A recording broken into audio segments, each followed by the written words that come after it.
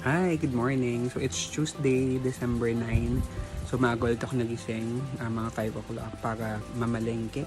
Kasi magpapa-order tayo ng lunch sa ating mga Nesda friends. Yung Nesda, mga previous workmates natin. Shout out sa Nesda, dyan sa Makati. So I'll be cooking Bicol Express for them. But of course, before tayo magluto, kailangan tayo mag-almusal, magpalakas. So nakapag-prepare na ako ng almusal. Hindi ko na siya na-video, pati yung pamamalengke ko kanina umaga, hindi ko na na-video. But I'll show you kung ano yung niluto ko for breakfast. Okay? Samahan niyo ako for today. Bye! Later! So, good morning ulit. So, ito yung mga almusal natin na naluto ko na kanina. Hindi ko na siya napakita. So, we have egg. That's for me. Pati okra nilaga. Pusit. Nabili ko lang yun sa Pure Gold. We also have yung leftover natin na lumpiang toge tsaka maling, and then of course di mawala ang sausawan nating sukan, may bawang na may sili. So masarap yan sa masarap isaw-saw dyan yung pusit tsaka yung toge.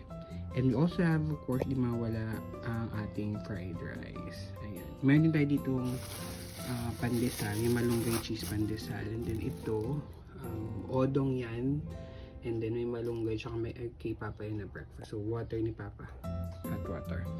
Ayun, so samahan niyo akong kumain today, and then after this, magluluto na tayo ng Bicol Express for our Nesda friends.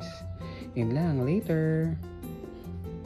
So ito na guys, yung mga ingredients natin for the Bicol Express na gagawin natin. We have garlic, ginger, onions, tapos nor beef cubes, and then oyster sauce, of course.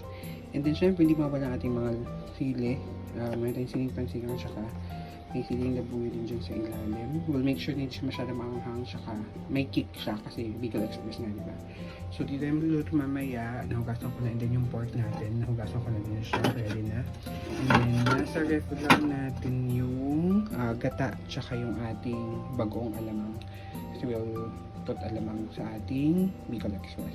So yun, later, samahan niyo ako magluto ng Bicol Express.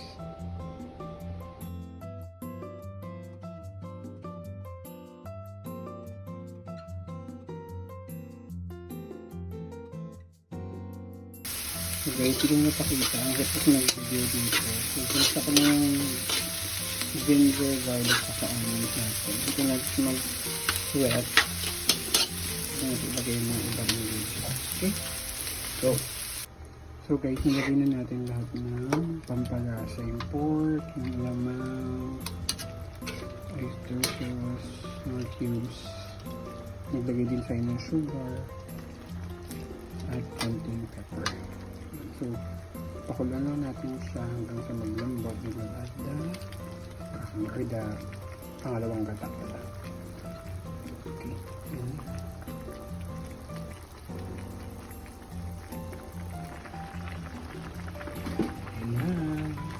Hindi pa to. So, pakulan lang natin siya ng mga 30 minutes pa. Bago ilagay yung gata. Saka yung mga sili. Later.